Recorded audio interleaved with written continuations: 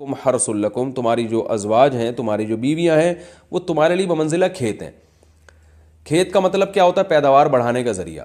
تو اس میں سب سے پہلا مسئلہ تو قرآن نے یہ بیان کر دیا کہ زوجہ سے جو ہم بستری ہے وہ صرف اسی راستے میں جائز ہے جس سے اولاد ہوتی ہے، کیونکہ عورت کو اللہ نے بنایا ہے نسل بڑھانے کے لیے۔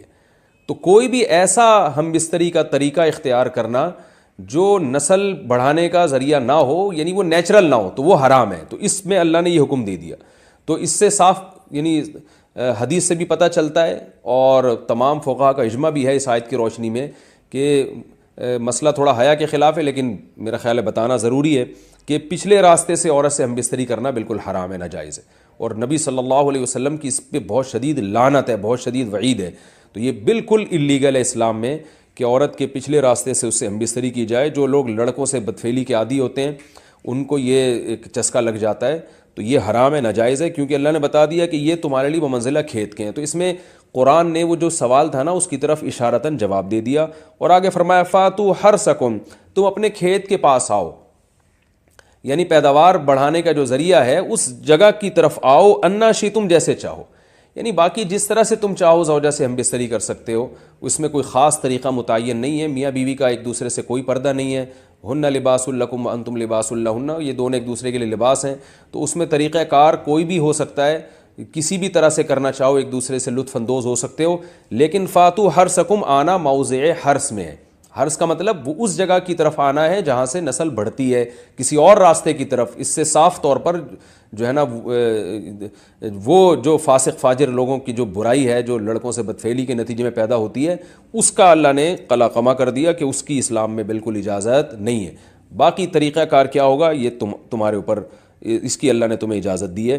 وَقَدِّمُوا لِأَنفُسِكُمْ، اور چونکہ بار بار حرث کا تذکرہ ہو رہا ہے کہ نسل بڑھانے کا، تو اس لیے اللہ نے فرمایا کہ قدموا لانفسکم، اپنی ذات کے لیے فیوچر میں انتظام کرو۔ قدموا کا مطلب آگے بھیجو اپنی ذات کے لیے سرمایہ۔ کیا مطلب؟ کہ جب زوجہ سے ہم بستری کرو تو نیت اولاد کی ہونی چاہیے، تاکہ وہ اولاد دنیا میں بھی اور آخرت میں بھی تمہارے لیے ذخیرہ بن جائے۔ تو یہ نسل بڑھانے کی بہت زبردست ترغیب ہے اس آیت میں، اور اس آیت میں اللہ نے عورت کا کہ بہت ساری ذمہ داریوں میں سے ایک بڑی ذمہ داری کا بھی بیان بتا دیا کہ عورت کو اللہ نے بنایا ہے، جو مرد اور عورت کا جو فرق رکھا ہے نا، اس فرق کی بڑی وجہ یہی ہے کہ مرد کے اسپم کو اللہ نے بیج کے طور پہ پیدا کیا ہے، اور عورت کو اللہ نے زمین کے طور پہ۔ تو بیج اور زمین کے ملاپ کا بنیادی مقصد ہی نسل بڑھانا، پیداوار بڑھانا ہوتا ہے، نہ یہ کہ نسل روکنا۔ آج فیملی پلاننگ والوں نے اس آیت کی دھجیاں اڑا دی ہیں، اور جو پوری دنیا میں ایک بیہودہ قسم کی تحریک چل رہی ہے، یہ آیت بالکل اس کی نفی کر رہی ہے۔ اس لیے اللہ نے فرمایا کہ اچھا، اللہ نے اس کا بھی جواب دے دیا کہ جو فیملی پلاننگ والے کہتے ہیں نا نسل بڑھنے سے تمہارا نقصان ہوگا، خرچے بڑھ جائیں گے، تو اللہ فرماتا ہے قدموا لانفسکم، تمہارا فیوچر بن جائے گا، سنور جائے گا، کیونکہ اولاد پہ اتنی انویسٹمنٹ نہیں ہوتی جتنا اس کا آؤٹ پٹ ہوتا ہے۔ ان پٹ کم ہے، آؤٹ پٹ زیادہ ہے، انویسٹمنٹ کم ہے، اس کے جو پروفٹ ہے وہ زیادہ ہے، دنیا میں بھی اور آخرت میں بھی۔ تو اللہ نے فرمایا اپنے نفس کے لیے، فیوچر کے لیے انتظام کرو، بڑھاپے کے لیے انتظام کرو۔ تمہارے بیٹے ہوں گے، بیٹیاں ہوں گی، پوتے ہوں گے، نواسے ہوں گے، بہویں ہوں گی، یہ دنیا کا مستقبل اور آخرت کا مستقبل کیا ہے۔ جو عبداللہ بن عمر رضی اللہ تعالیٰ عنہ نے جب نکاح کا ارادہ ترک کیا تو آپ کی جو ہمشیرہ تھی حضرت حفصہ، انہوں نے فرمایا کہ نکاح کرو، تمہارے اولاد ہوگی، دنیا سے جاؤ گے تو تمہارے لیے دعائیں مانگے گی، تو یہ آخرت کے لیے ذخیرہ ہے۔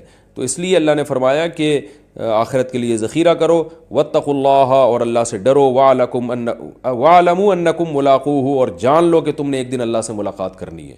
تو جتنے حکام اللہ نے تمہیں اس آیت میں دیے ہیں ان تمام حکام کو تم نے فالو کرنا ہے۔